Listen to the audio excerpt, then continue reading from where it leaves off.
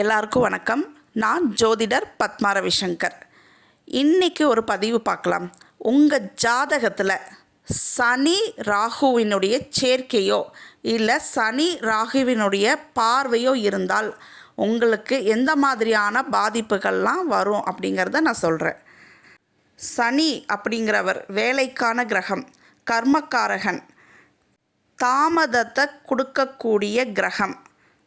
ராகு அப்படிங்கிறவர் ஆசை, மாயை, திடீர் மாற்றத்தை கொடுக்கக்கூடிய கிரகம். அப்போ இந்த சனி ராகு சேர்க்கையோ சனி ராகு பார்வையோ உங்களுக்கு வேலையில் பிரச்சனைகளை கொடுக்கும், வேலை மாற்றத்தை கொடுக்கும், வேலையில் ஒரு திருப்தி இல்லாத விஷயங்கள்லாம் பண்ணும்.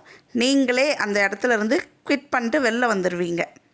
அப்போ வேலையில் பிரச்சனை, மன உளைச்சல், நிம்மதியின்மையை இது கொடுக்கும். உங்களுடைய ஜாதகத்தில் சனி ராகுவினுடைய சேர்க்கை எந்த பாவகத்தில் இருக்கோ இல்லை பார்வை எங்கே பார்க்குதோ இதன் ரீதியான பாதிப்புகள் உங்களுக்கு கண்டிப்பாக இருக்கும். ஒரு ஜோதிடரை ஆலோசனை பண்ணி இதற்கான பரிகாரத்தை தெரிஞ்சுக்குங்க.